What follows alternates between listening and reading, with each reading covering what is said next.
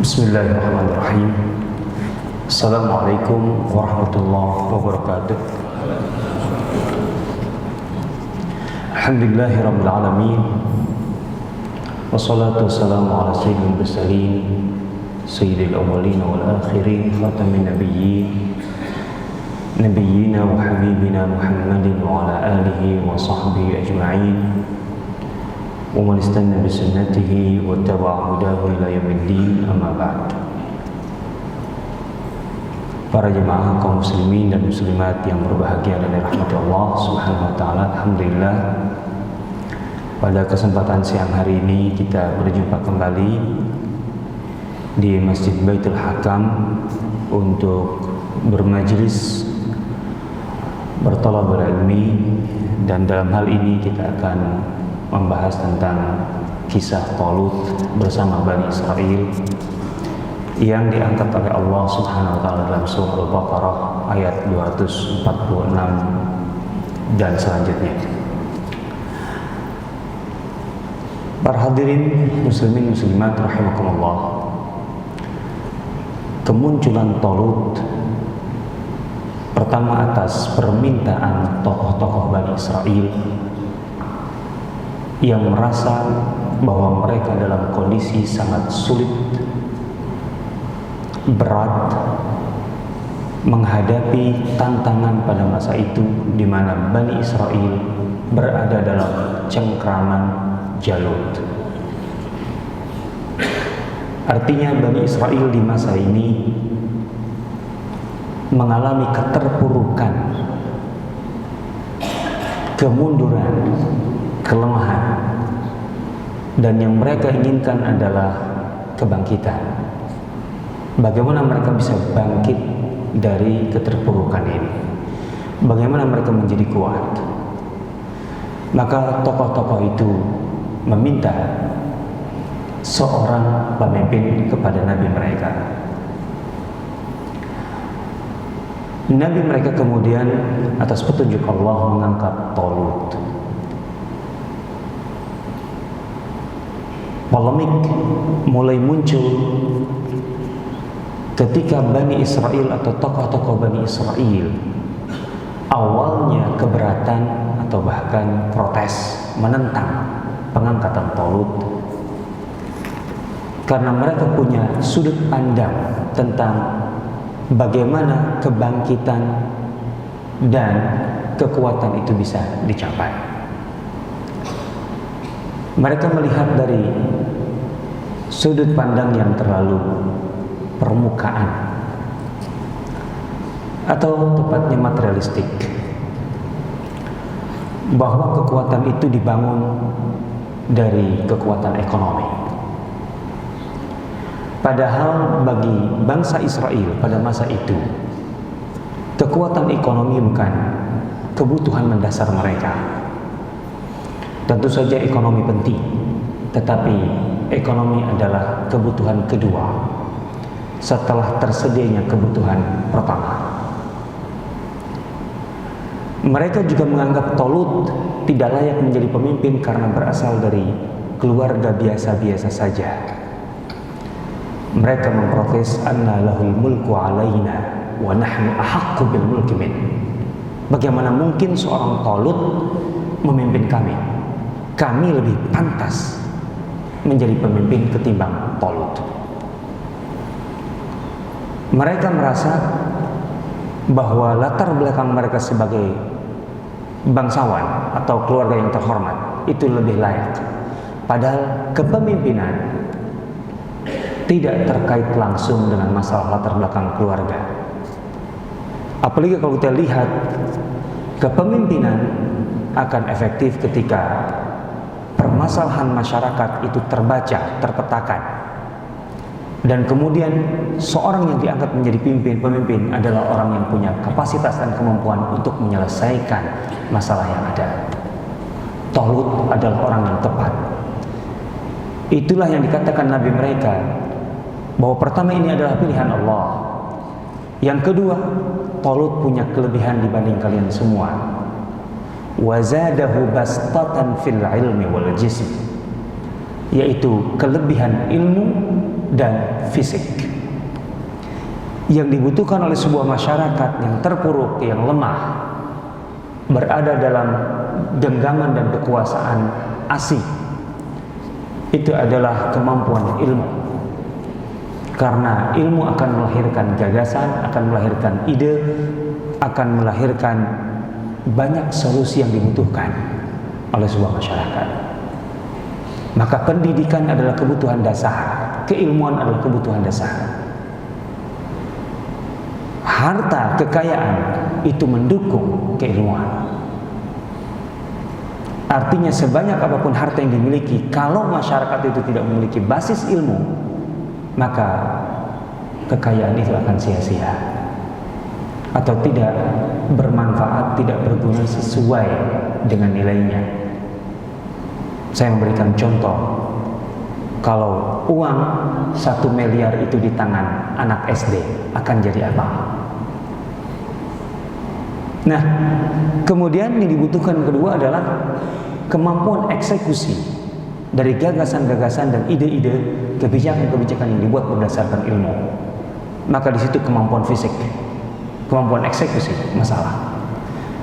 Maka dengan kemampuan dasar ini, maka ekonomi atau kekuatan ekonomi akan menjadi pendukung yang sangat efektif untuk mempercepat terjadinya proses penguatan bangsa, kebangkitan bangsa. Kemudian Nabi mereka itu menjelaskan bahwa Allah Subhanahu wa taala akan memberi tanda, artinya memberi bukti bahwa memang Talut layak menjadi pemimpin kalian. Wa qala lahum nabiyyuhum di ayat 248.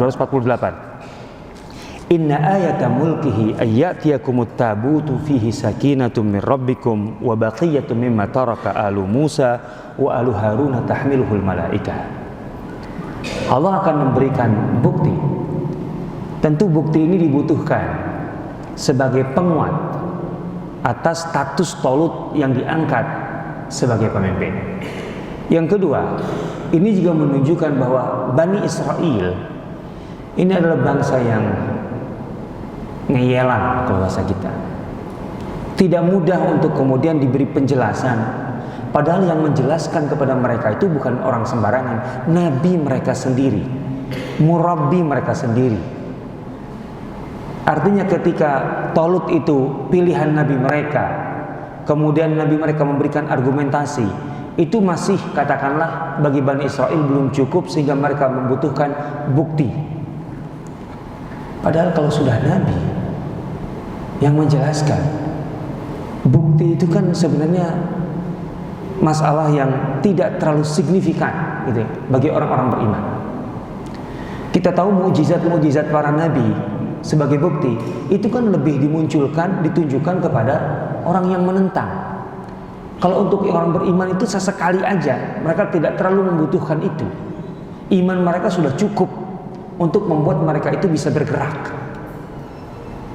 Tapi kalau orang yang ngeyelan, imannya rendah, itu masih juga minta mana buktinya. Mukjizat-mukjizat nabi-nabi Ibrahim, Musa, sampai Nabi Muhammad SAW lebih banyak ditunjukkan kepada orang-orang yang ingkar, yang kafir. Lah ini kan murid-murid dari Nabi itu sendiri, Bani Israel, tokoh-tokohnya itu yang sampai pada level meminta bukti. Dan bukti itu adalah tabut yang begitu berharga, yang di dalamnya menyimpan catatan-catatan Taurat Nabi Musa, itu yang telah raib hilang, itu dikembalikan oleh Talut. Itu artinya Talut punya kemampuan di atas rata-rata. Nah, apa yang terjadi setelah itu? Artinya mau tidak mau tentunya Bani Israel, tokoh-tokohnya menerima walaupun dengan berat hati, karena mereka tidak punya lagi alasan untuk menolak Talut sebagai raja mereka. Nah, tentu saja kan targetnya adalah bagaimana bangsa yang lemah ini, yang terpuruk ini bangkit menjadi kuat. Maka yang dilakukan oleh Talut adalah penggemblengan. Kalau bahasa kita, pengkaderan. Talut melatih, mendidik kader inti dari Bani Israel yang dipersiapkan untuk bisa menyelesaikan permasalahan mereka. Jadi Talut membuat pemetaan masalah, kemudian setelah itu membentuk kader, dan kader ini betul-betul digembleng, betul-betul dididik untuk bisa menyelesaikan tantangan-tantangan dan masalah itu. Kita akan lihat nanti bahwa lahir satu generasi baru dari Bani Israel yang kemudian menjadi inti kekuatan Bani Israel di saat mayoritas Bani Israel masih jauh dari standar layak untuk kemudian menjadi kuat dan bangkit. Ini selalu berulang. Selalu berulang. Tentu generasi sebelumnya, generasi Musa alaihissalam pun melakukan yang sama. Ketika Nabi Musa alaihissalam berhasil menyeberangkan Bani Israel dan menyelamatkan sekaligus membebaskan Bani Israel di generasinya dari cengkraman Firaun, itu kan kemudian mereka keluar dari Mesir, masuk ke Sinai, dan tugasnya adalah masuk ke Palestina. Itu mereka tidak sanggup untuk menyelesaikan tantangan ini. Tidak sanggup. Karena itu apa yang dilakukan? Nabi Musa melakukan pengkaderan, penggemblengan. 40 tahun yang dibutuhkan Nabi Musa alaihissalam bersama Nabi Harun untuk melahirkan satu generasi baru yang kemudian otomatis generasi lamanya kan habis. Kalaupun masih ada sisanya, mereka kalaupun kemudian menjadi titik lemah generasi ini tidak ada masalah karena sudah ada generasi baru, generasi Yusha bin Nun. Pola yang sama dilakukan oleh oleh Talut. Pola yang sama, melakukan kaderisasi, membentuk kader inti untuk menyelesaikan permasalahan ini. Maka ketika hari haknya tiba, mereka harus melakukan pembuktian berhadap-hadapan dengan Jalut. Kita tidak melihat masalah perangnya, ini sampel masalah sebenarnya. Kalau kita membaca ini sebagai sebuah pelajaran, sebagai ibrah, ini sebagai sampel masalah. Karena kalau berhadap-hadapan dengan Jalut, satu kekuatan katakanlah superpower di masanya, berarti kan Bani Israel yang dididik oleh Talut itu harus pada level sanggup berhadap-hadapan dengan pasukan Jalut. Berarti sudah ada kenaikan level mereka, sudah ada peningkatan kualitas mereka. Maka ketika hari H ini tiba, yang dibutuhkan oleh Talut adalah memastikan bahwa tim intinya, kader intinya benar-benar siap, solid, dan memadai untuk menyelesaikan masalah. Maka perlu seleksi. Falamma fasala Talut bil junud, ketika Talut membawa pasukannya, ini kan pasukannya di dalamnya ada kader inti, ada orang Bani Israel yang lama, stok lama maksudnya, yang dulu nuntut kepada Nabi mereka, kita harus bangkit, kita harus bertempur melawan Jalut. Itu mereka yang nuntut dulu itu.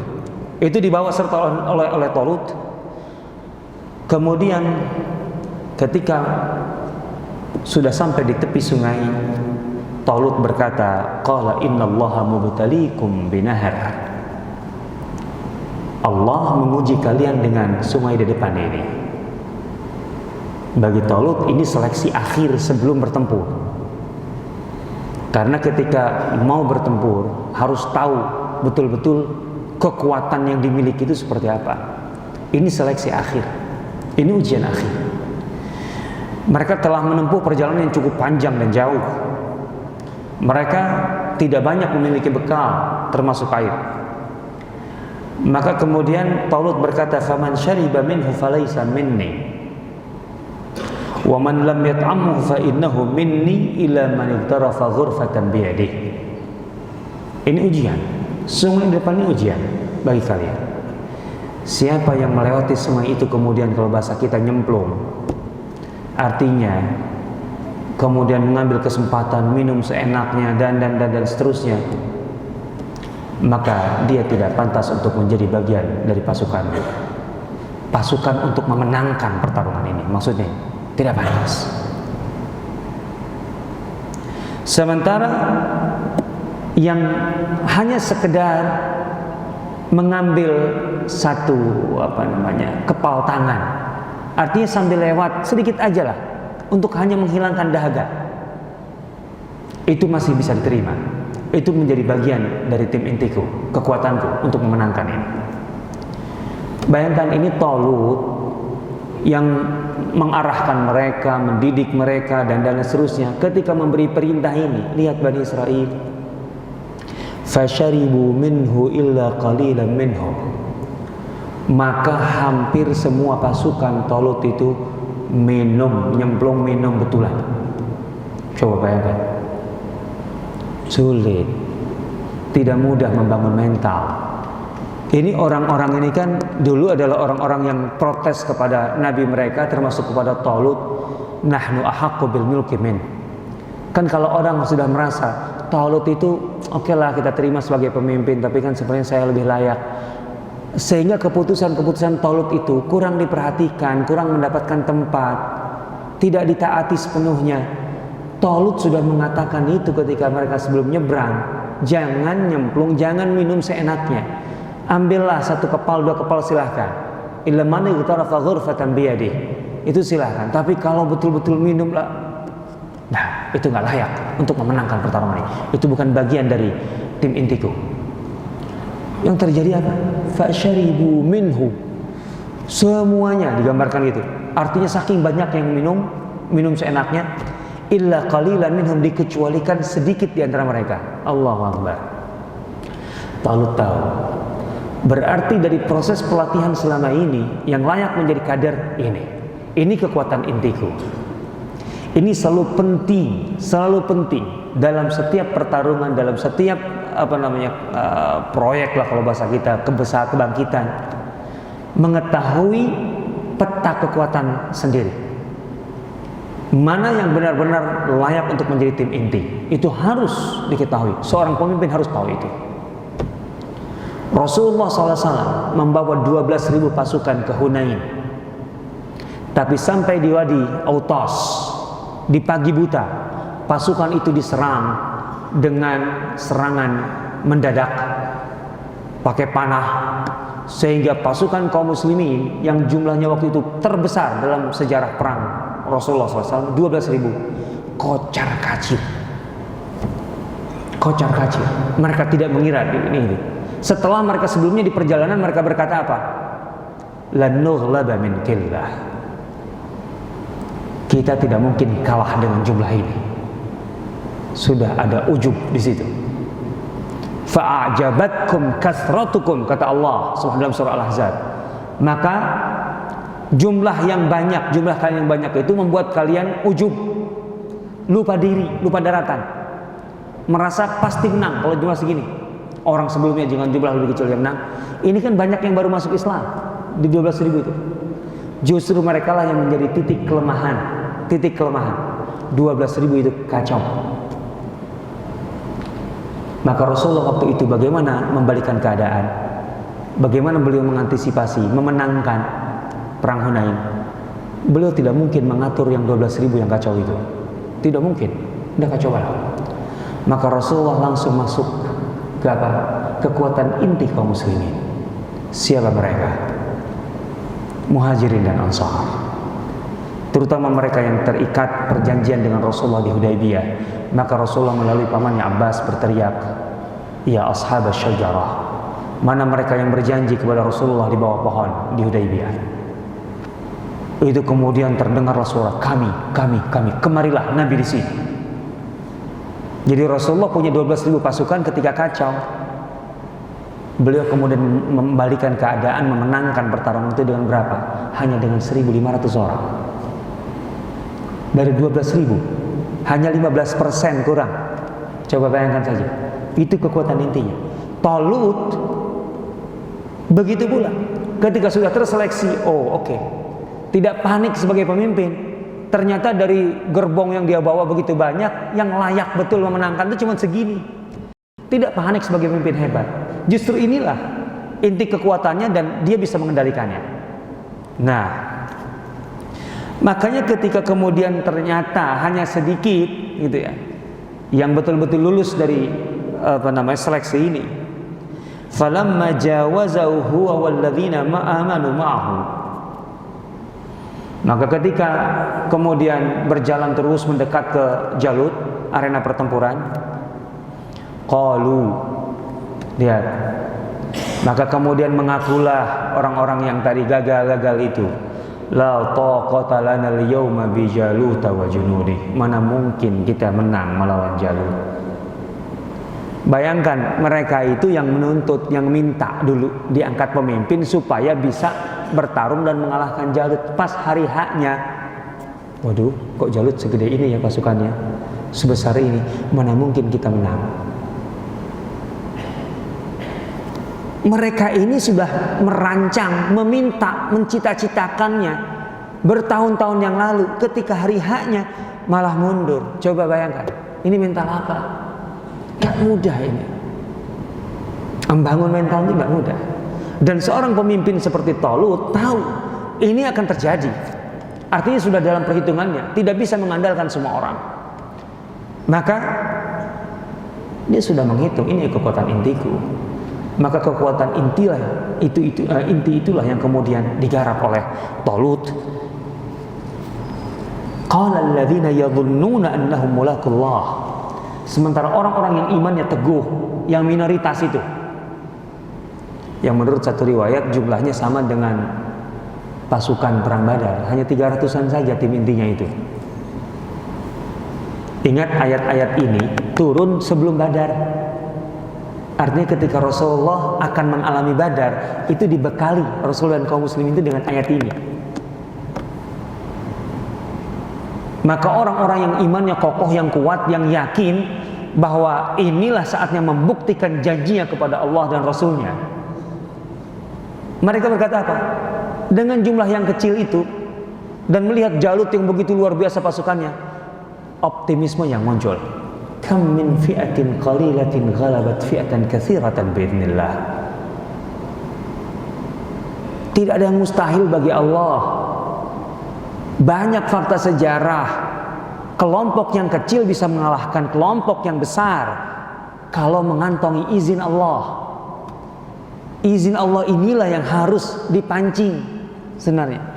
Itulah batas usaha kita untuk mendapatkan izin Allah, dalam tanda petik maksudnya ya, tidak bukan berarti dalam arti sesungguhnya maksudnya izinnya tertulis atau apa, enggak lah gitu. Artinya mendapat taufik dari Allah, pertolongan dari Allah. Dan itu sudah mereka lakukan. Mereka sudah melakukan pendidikan, penggemblengan sekian lama, dan inilah saatnya pembuktian.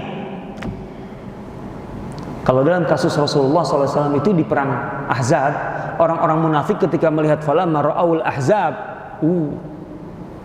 ketika melihat pasukan musuh yang begitu besar, begitu kuat, apa kata orang-orang munafik? Ma wa'adanallahu wa rasuluhu illa ghurura. Wah, gak mungkin kita menang. Selama ini yang diomongkan, yang dijanjikan Allah dan Rasulnya itu cuman omong kosong belaka. Itu orang munafik. Tapi orang mukmin ketika melihat Ahzab yang begitu besar jumlahnya itu, malah apa? Hadza ma wa'adanallahu wa rasuluh. Inilah janji Allah dan Rasulnya. Wa sadaqallahu wa rasuluh, dan benarlah Allah dan Rasulnya. Nah, berbeda. Sudut pandangnya berbeda, melihat fenomena yang sama. Orang-orang yang gagal tadi mengatakan la taqata lana bi Jalut wa junudi, la taqata lana al-yawm, enggak mungkin kita menang. Mereka mengatakan itu padahal mereka yang menginginkan itu dari sejak bertahun-tahun yang lalu, mereka yang minta. Pas tinggal hari hanya enggak mungkin menang. Nah, kalau enggak mungkin menang kan dari kemarin-kemarin aja udah. Tapi itulah orang-orang yang dengan keimanan yang berkata, kam min fi'atin qalilatin ghalabat fi'atan katsiratan biidznillah. Wallahu ma'as sabirin. Dan Allah akan bersama orang-orang yang sabar. Kualitas sabar itu, ini tentu istilah sabar sebagai istilah itu harus digali seluas-luasnya. Karena ini kuncinya. kunci ma'iyatullah, bahwa Allah akan bersama. Lah kalau Allah sudah bersama, terus apa yang ditakutkan? Kita sebenarnya kan tidak perlu khawatir untuk menghadapi masalah sebesar apapun. Yang penting ketika masalah itu ada di hadapan kita, Allah menyertai kita menyelesaikannya, kan selesai, kan gitu. Mereka tuh meyakini ini. Mereka udah mencapai kualitas sabar itu, sehingga dengan sabar itu pertolongan Allah itu selalu bersama mereka. Ini satu istilah yang panjang. Mungkin suatu ketika kita akan masuk ke sini, tapi kita coba angkat dulu permasalahannya. Kita selesaikan kisah ini. Jadi orang-orang yang minoritas ini, yang jumlahnya disebutkan dalam salah satu riwayat itu sekitar 300-an saja, mereka inilah inti kekuatan Talut, dan mereka itulah yang punya keimanan yang teguh, yang luar biasa, yang kemudian mereka sangat optimistis untuk bisa menyelesaikan masalah ini, untuk mengalahkan Jalut. Walamma barazu li Jalut wa junudi, ketika mereka sudah berhadap-hadapan, dilihat orang-orang beriman, ketika berhadap-hadapan itu bukannya semakin agak gemetaran atau gimana, gentar gitu. Enggak, malah semakin kuat. Melihat pasukan Jalut yang luar biasa itu, qalu, ini tinggal ikhtiar terakhir, doa. Rabbana afrigh alaina sabra wa tsabbit aqdamana wansurna 'alal qaumil kafirin. Tiga yang diminta mereka. Ketika menghadapi tantangan yang begitu berat, yang kalau dihitung-hitungan di atas kertas itu sulit untuk diatasi, mereka minta kepada Allah tiga. Ini ikhtiar terakhir setelah mereka menyiapkan segalanya. Rabbana afrigh alaina sabra, minta kesabaran. Afrigh itu dari kata faragh. Faragh itu kosong. Afrigh alaina sabra, ibarat kata begini, minta mereka diberi kesabaran itu bukan sekedar kesabaran itu kemudian menyelinap di dalam diri mereka, enggak. Sampai dengan bahasa afrigh. Afrigh itu kalau ada sesuatu itu dalam wadah, contohnya air dalam gelas. Afrigh itu bukan sekedar dituangkan sedikit, 1 teguk, 2 teguk atau enggak. Afrigh itu ditumpahkan semuanya. Jadi sabar itu seakan-akan, ya Allah, kalau bahasa kita apa ya? Apa bahasa Indonesianya kalau afrigh itu? Minta, pokoknya kesabaran itu ditumpahkan sepenuhnya, tek gitu. Jadi bukan sedikit-sedikit, sebanyak-banyaknya. Afrigh alaina sabra, 1. Karena itu kesabaran di tengah medan tempur itu luar biasa. Ini juga menunjukkan bahwa makna sabar itu dengan budaya kita itu kurang tepat. Budaya kita sabar itu lebih cenderung pasif, artinya nerima sesuatu apa adanya. Padahal ini salah satu tahapan sabar.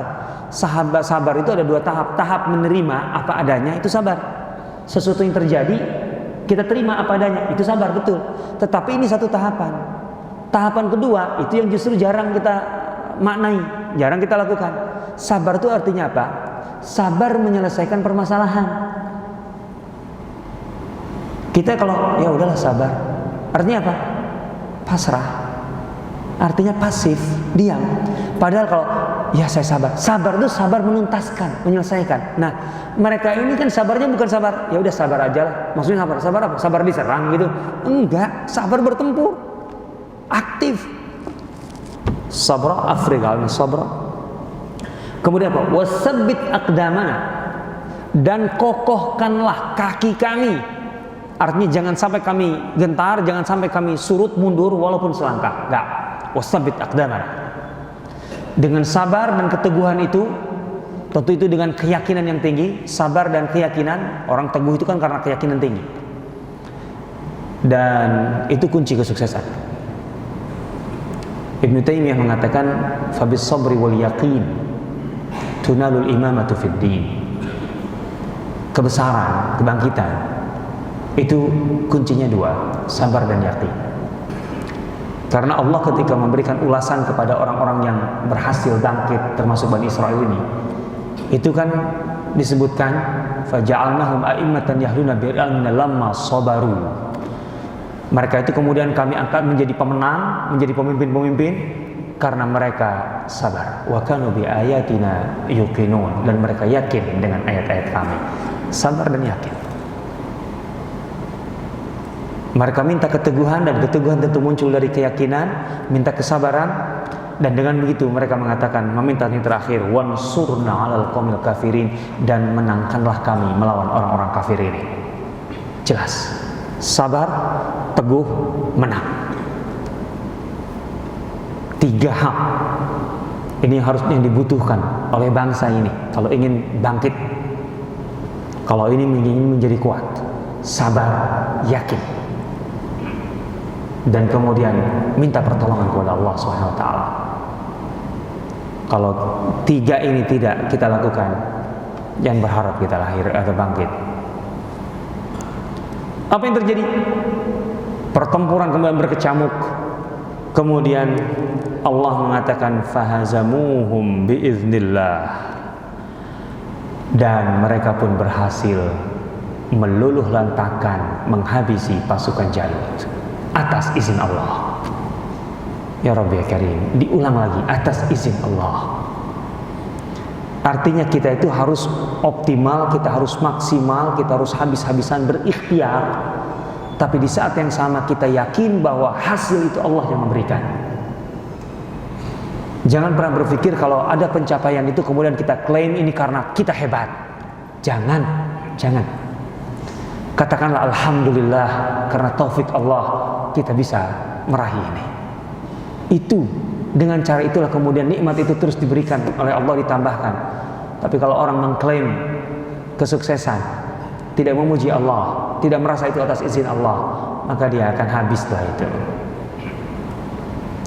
Fahazumuhum biiznillah, mereka berhasil mengalahkan Jalut atas izin Allah. Dan yang menarik di ujung ini, tiba-tiba Allah dalam kisah ini memunculkan satu nama baru yang tidak pernah disebutkan sebelumnya dalam proses dari awal sampai titik kemenangan ini. Artinya Jalut yang ditakuti oleh satu generasi Bani Israel, generasi senior, ingat yang berbicara di awal itu al-mala, tokoh-tokoh senior mereka. Tapi ternyata Jalut yang ditakuti itu tumbangnya, tewasnya di tangan siapa? Wa qatala Dawudu Jalut. Dan Dawudlah yang membunuh Jalut. Emang Dawud ini siapa? Apakah tokoh senior? Bukan. Dawud itu adalah kadernya Tolut, hasil gemblengan pendidikan Tolut. Kalau bahasa kita itu adalah murid dengan ranking nomor 1-nya dari Tolut. Jadi Dawud nabi, kemudian tentu saja setelah itu menjadi nabi, setelah itu menjadi raja. Ya bagaimana tidak? Itu lebih muda dari Tolut. Dia didikan Tolut, dia lahir dari generasi yang dididik oleh Tolut. Dawud dengan fenomena atau dengan kejadian ini, yaitu membunuh Tolut, ini merupakan satu fenomena yang sangat-sangat menggelitik kita untuk menjadikannya sebagai pelajaran besar dalam hidup. Kita selalu berpikir kalau ada masalah besar, yang bisa menuntaskan ini adalah sifulan-sifulan orang-orang yang kita anggap besar. Tokoh-tokoh Bani Israel itu mereka berpikir mereka lah yang bisa menuntaskan masalah. Tapi Nabi mereka membuktikan, bukan kalian, Tolut.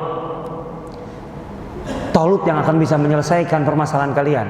Tetapi di lapangan nanti, toh juga bukan Tolut yang membunuh Jalut, cukup Daud, muridnya Tolut pun bisa. Allah, ini luar biasa. Nama Daud itu kan muncul di ujung kisah ini. Artinya apa?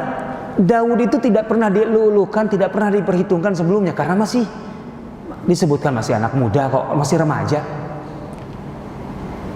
Dalam sebuah permasalahan negara, kita berpikir bahwa nama-nama besar itulah yang kita lulukan, yang populer, yang terkenal, itulah orang-orang hebat yang bisa menyelesaikan.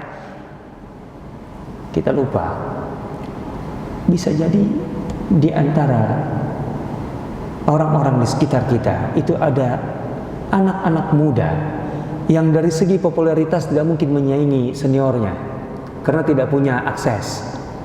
Pertama, dia bukan media darling, tidak ada wartawan yang mendatangi, tidak bisa membuat acara besar karena tidak punya modal untuk membuat panggung dengan segala atributnya.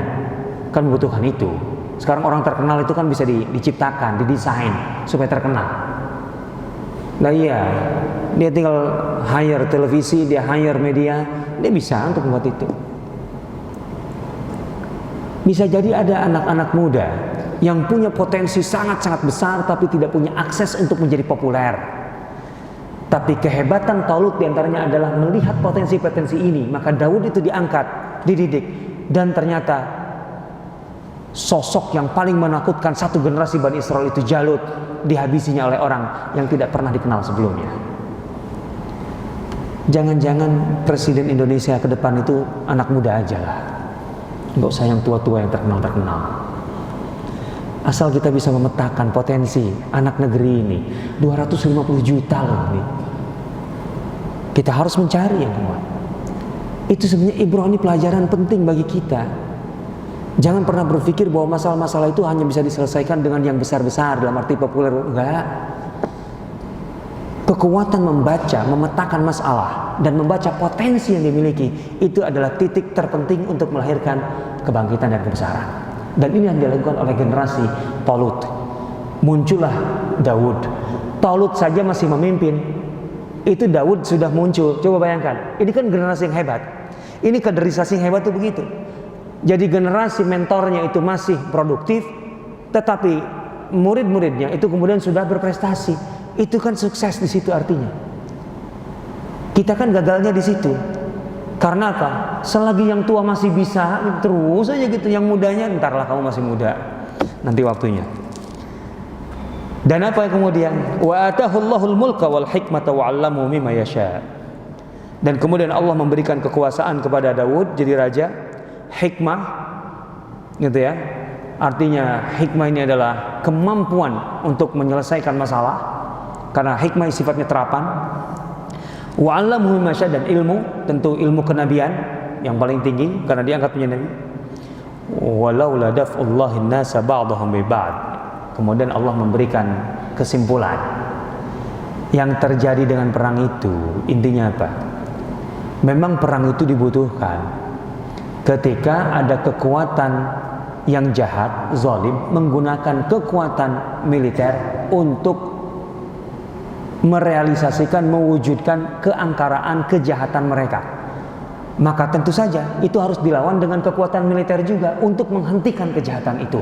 Itulah laula daf'ullahin nasa ba'dahum bi ba'd. Makanya kenapa orang-orang atau kekuatan yang baik itu harus punya kekuatan militer. Wa'idul lahum mastata'tum min quwwah.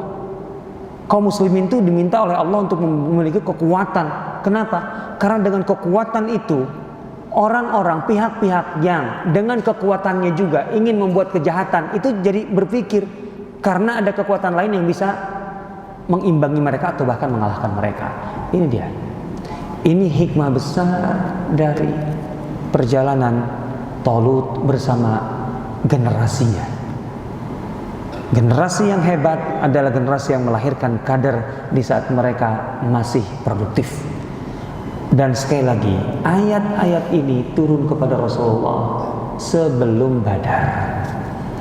Dan apa yang terjadi di Badar kemudian kita baca, polanya sama dengan ini.